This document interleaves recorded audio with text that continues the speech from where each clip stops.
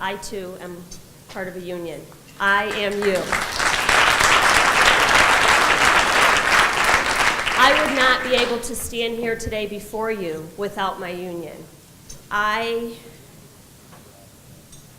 have relied on heavily the support of my union delegation and members. I remember when I was a single mom working third shift and was getting mandated every single morning to work a double shift because the managers refused to hire additional staff. When I went to my bosses and said, I can't do this. I am physically and mentally unable to do this every single day.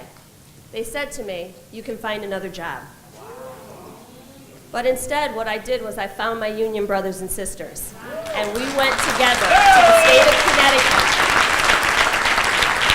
And I testified with $11.99 for compensatory pay for mandatory overtime, and we won that. So I've been fighting as a member of the union long before I ever stepped into this role.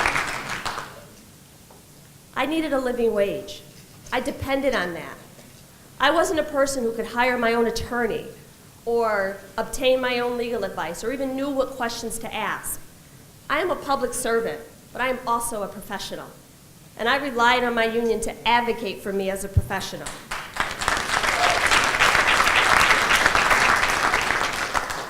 I understand everything that's happening in the landscape of this country. I understand how some legislative priorities affect one union opposed to another. What I'm asking you today is to endorse me based on my values, because I share your values, and those are the rights of people to earn a living wage, the rights of workers to be protected in their workplace. I know what's happening with businesses and industry, and people talk about the economy and what this needs to look like, but you cannot take away collective bargaining. You cannot take away the rights of employees, because what ends up happening is when employees are at the table, everybody benefits. We have to fight to keep those things intact. We have to fight to keep unions at the table so that the voices of working people are a part of the conversation. This happens through an interest-based approach. All of our interests need to be protected. I get it. Things are changing. The economy is changing. It is adaptable, it is flexible, but it doesn't mean to turn back 100 years of the clock. It means to work together and say, what do we need to do to prepare for and adapt to the changes that are coming down the pipe?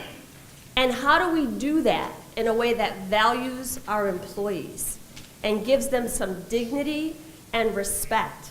There's so many things that can happen. You know, as we move to automation, retrain employees. As companies begin to have to move, let's think about how we can educate people, how we can continue a workforce. If people don't have social mobility, if they're not contributing, they're taking away. Let's rebuild infrastructure so that we make sure that these companies remain in states like Connecticut.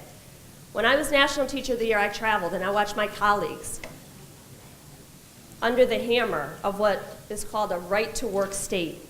I watched teachers elevate and mobilize their voices one at a time until there were 50,000 of them together and said that we demand the rights to protect this profession. Right to work sounds good, but the only way that we are strong is if we're together. The only way unions work is if we are collective. Just like I was 15 years ago with $11.99, my single voice nobody heard, but 3,500 voices at the Capitol, everybody in this state heard.